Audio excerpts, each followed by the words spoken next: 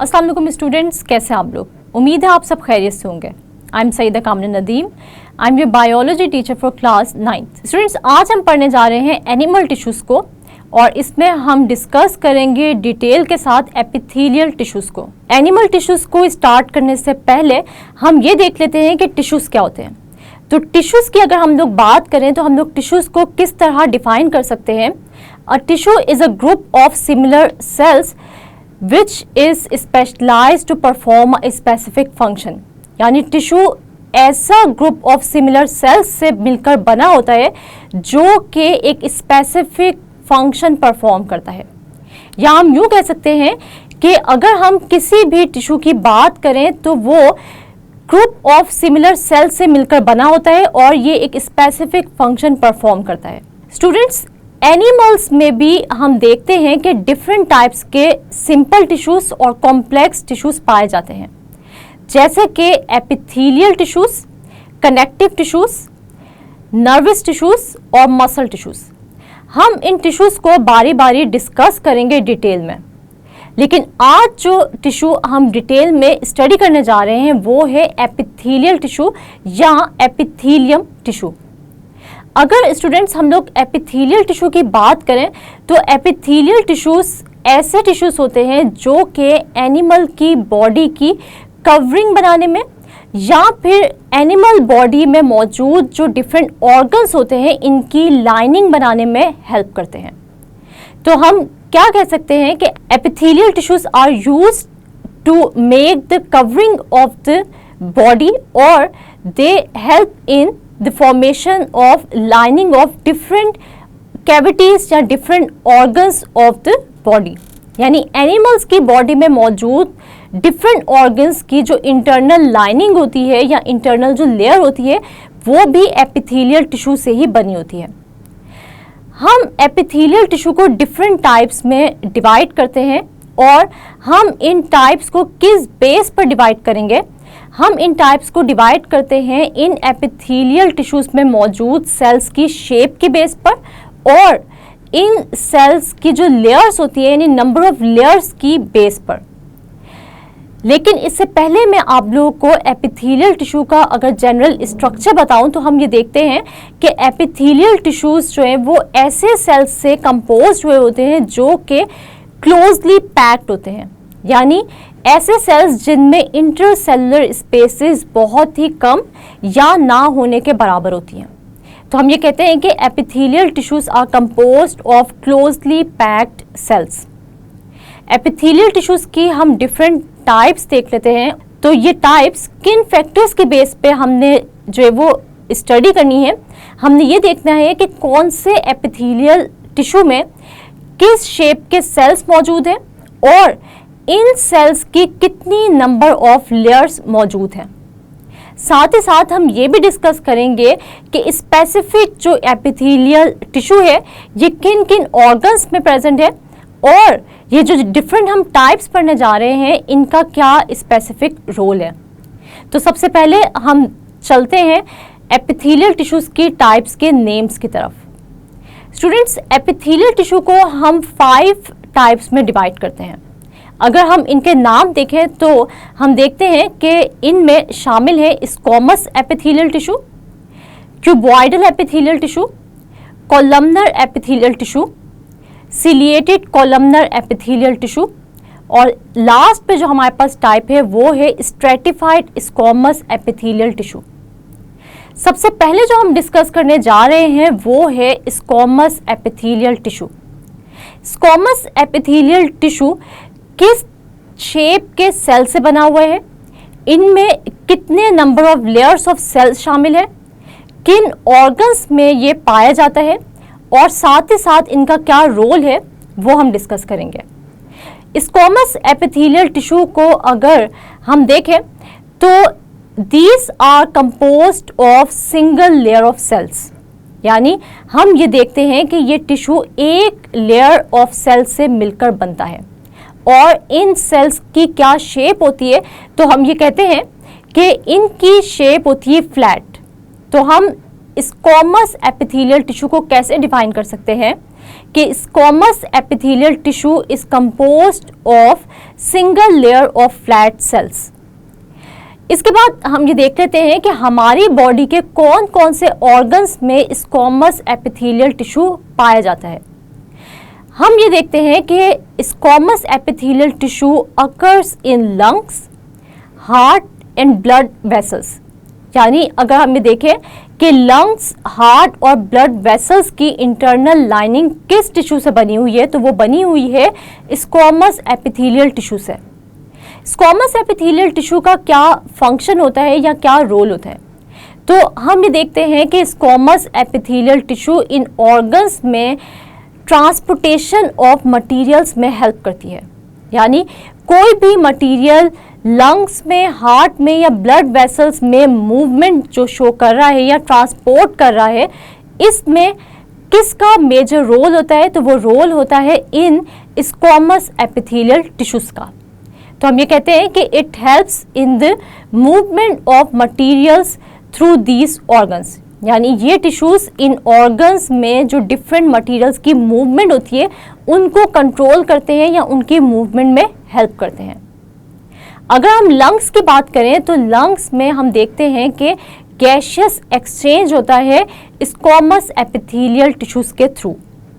साथ ही साथ अगर हम लोग हार्ट की बात करें तो हार्ट का मेन फंक्शन क्या होता है कि ये पंप करता है blood through out the human body या एनिमल बॉडी। तो इसका मतलब ये हुआ कि हार्ट की जो इंटरनल लाइनिंग में ये स्क्वामस एपिथेलियल टिश्यूज होते हैं, ये ही हेल्प करते हैं ब्लड की ट्रांसपोर्टेशन में या पंपिंग में। इसके बाद स्टूडेंट्स हमारे पास जो टाइप है वो कौन सी टाइप है, वो है क्यूबॉइडल एपिथेलियल टिश्यू। अगर हम इन टिश्यूज के नेम पर गौर करें तो हमें इनमें मौजूद सेल्स की शेप का अंदाज़ा हो जाएगा, क्योंकि हम ये देखते हैं कि क्यूबॉइडल एपिथेलियल टिश्यूज में जो सेल्स होते हैं वो किस शेप के होंगे, वो होंगे क्यूब शेप। यानी ऐसे सेल्स जो कि क्यूब शेप रखते हैं वो मिलकर बनाते हैं क्यूबॉइडल एपिथेलियल टिश्यू को। और इन टिश्यूज में कितने लेयर ऑफ सेल्स मिलकर ये टिश्यू बनाएंगे, तो हम ये देखते हैं कि सिर्फ और सिर्फ एक लेयर ऑफ सेल्स मिलकर बनाएंगे क्यूबॉइडल एपिथेलियल टिश्यू को। तो हम क्यूबॉइडल एपिथेलियल टिश्यू को कैसे डिफाइन कर सकते हैं, हम ये कहते हैं कि cuboidal epithelial tissue is composed of single layer of cube shaped cells. यानी ये ऐसा टिश्यू होता है जो कि single layer of cube shape cell से मिलकर बनता है। अब ये टिश्यू किन किन ऑर्गन्स में प्रेजेंट होते हैं, तो हमें पता है कि ये टिश्यूज किन किन ऑर्गन्स में प्रेजेंट होते हैं और ये किन किन ऑर्गन्स की लाइनिंग बनाने में हेल्प करते हैं। तो स्टूडेंट्स हम ये देखते हैं कि क्यूबॉइडल एपिथेलियल टिश्यूज प्रेजेंट होते हैं किडनी ट्यूब्स में और साथ ही साथ स्मॉल ग्लैंड्स में। तो स्टूडेंट्स हम ये देखते हैं कि क्यूबॉइडल एपिथेलियल टिश्यू लाइनिंग बनाते हैं किडनी ट्यूब्स की और साथ ही साथ ये लाइनिंग बनाते हैं स्मॉल ग्लैंड्स की। हम देखते हैं कि अगर हम किडनी ट्यूब्स की बात करें तो इनका फंक्शन भी क्या है, सेक्रेशंस प्रोड्यूस करना, यानी कि secretions in the form of urine. यानी किडनी की अगर हम लोग बात करें तो ये एक्सेस वाटर को और सॉल्ट्स को in the form of urine हमारी बॉडी से एक्सक्रीट आउट करने में हेल्प करता है।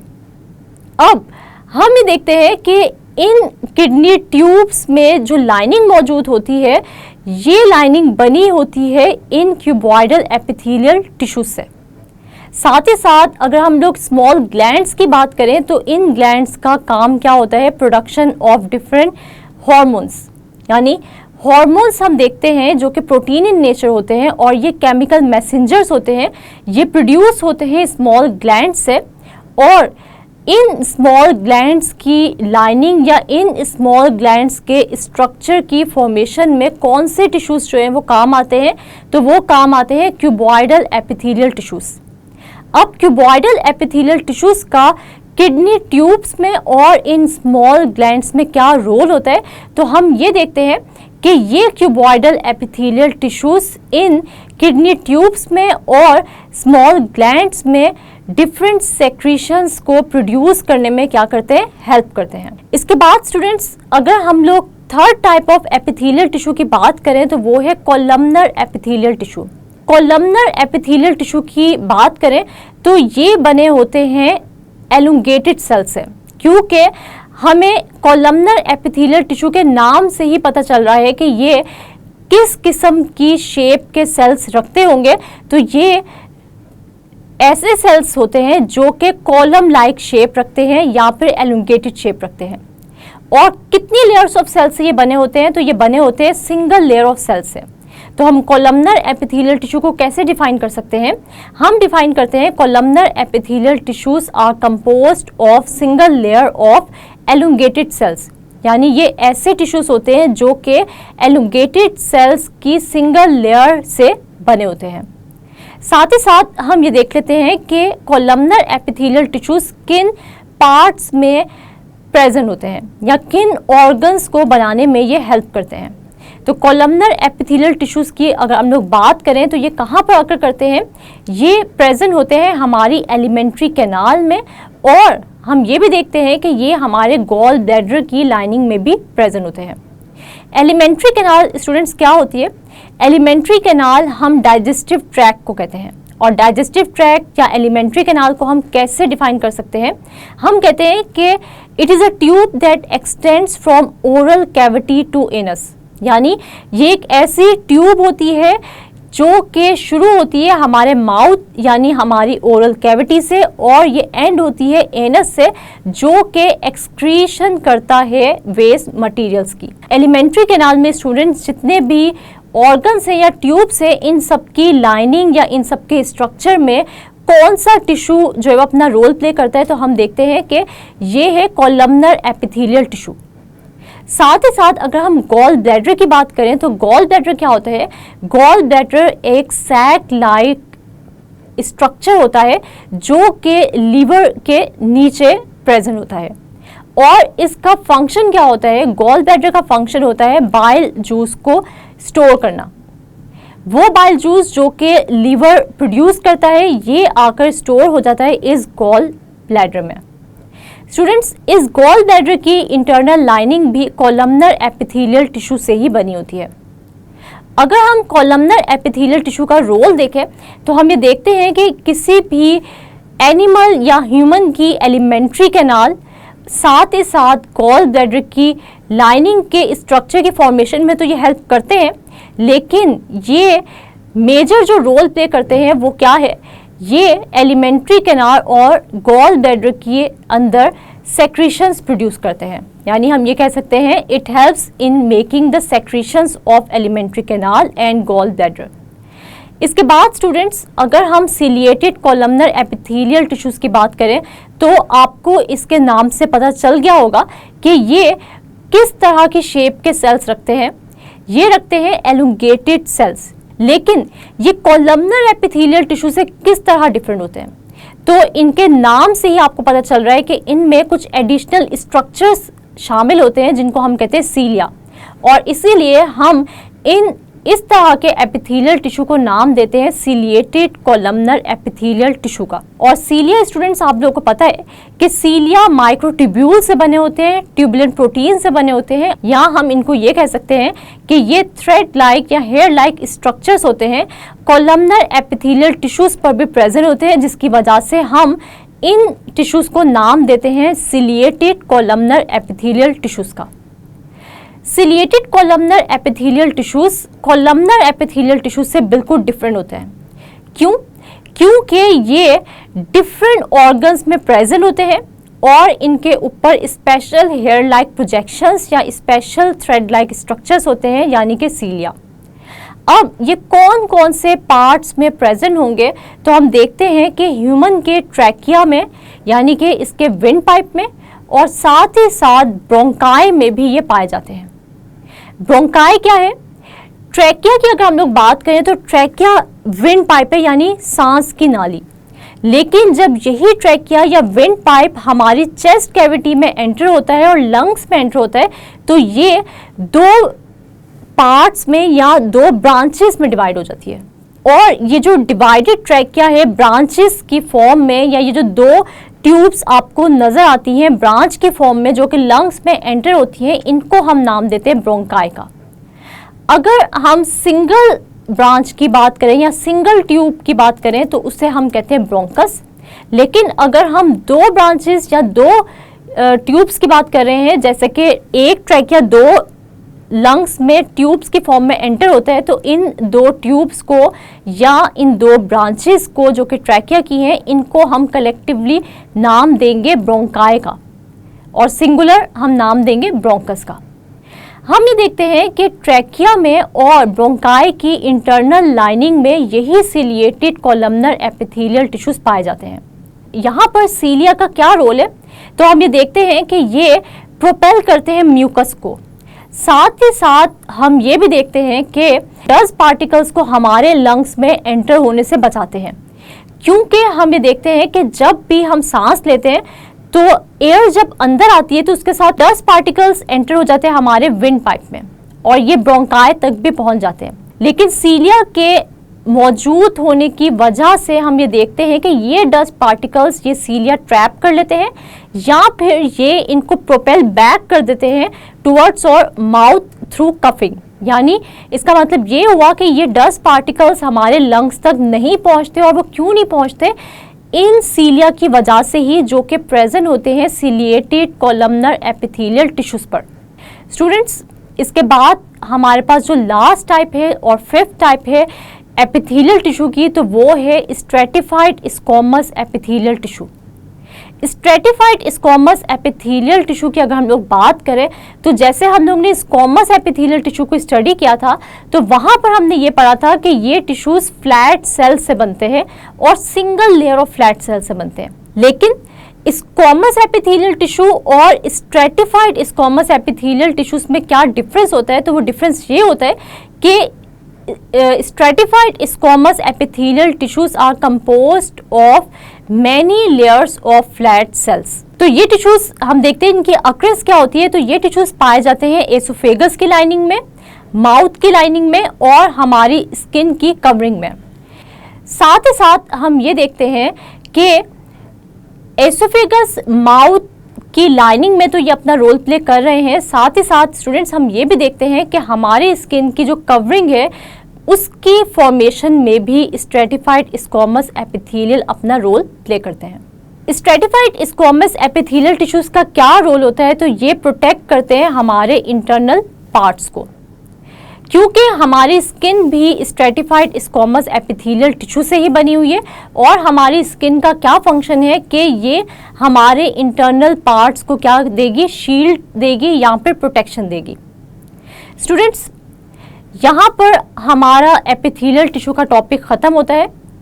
आप लोगों को आज के टॉपिक की समझ आई है या नहीं, इसका अंदाज़ा मुझे किस तरह होगा, इसका अंदाज़ा मुझे होगा एक क्विज से।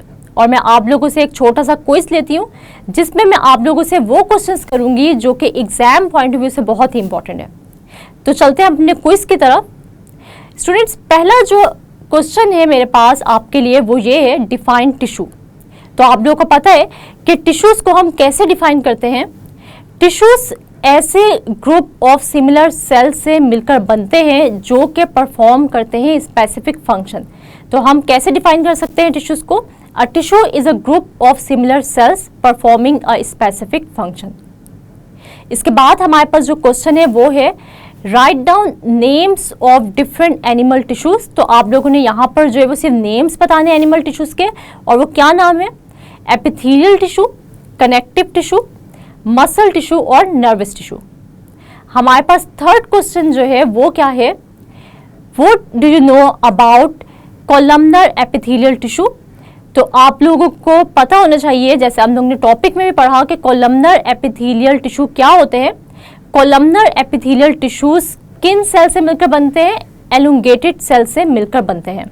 जो हमारे पास नेक्स्ट क्वेश्चन है वो है, what type of cells are used in the structure या formation of epithelial tissues। तो आप लोगों को पता होना चाहिए कि epithelial tissues are composed of closely packed cells। इसके बाद स्टूडेंट्स, मेरे पास आप लोगों के लिए एक लॉन्ग क्वेश्चन है जो कि बहुत ही इंपॉर्टेंट है और ये बहुत बार रिपीट भी हुआ है बोर्ड एग्जाम्स में। तो अगर आप लोग को ये आ जाता है कि right note on epithelial tissue, तो आप लोग इसको किस तरह अटेम्प्ट करेंगे? सबसे पहले आप लोग एपिथेलियल टिश्यू की डेफिनेशन लिखेंगे, फिर आप इसके सेल्स के बारे में बताएंगे कि ये क्लोजली पैक्ड सेल से मिलकर बनते हैं, फिर आप इनकी टाइप्स के बारे में बताएंगे कि इनकी टाइप्स हम लोग इनके सेल्स की शेप और number of layers of cells की बेस पर करते हैं। स्टूडेंट्स, आज हमने स्टडी किया एपिथेलियल टिश्यूज़ को और हमने देखा कि in different types of epithelial tissues के क्या स्ट्रक्चर हैं, किन सेल से ये मिलकर बने हुए हैं, ये कहाँ कहाँ प्रेजेंट होते हैं और इनका क्या रोल या फंक्शन होता है। उम्मीद है आप लोग मेरी इंस्ट्रक्शंस को फॉलो करेंगे। नेक्स्ट लेक्चर तक के लिए अपना बहुत सारा ख्याल रखिएगा और मुझे दुआओं में याद रखिएगा। अल्लाह हाफिज़।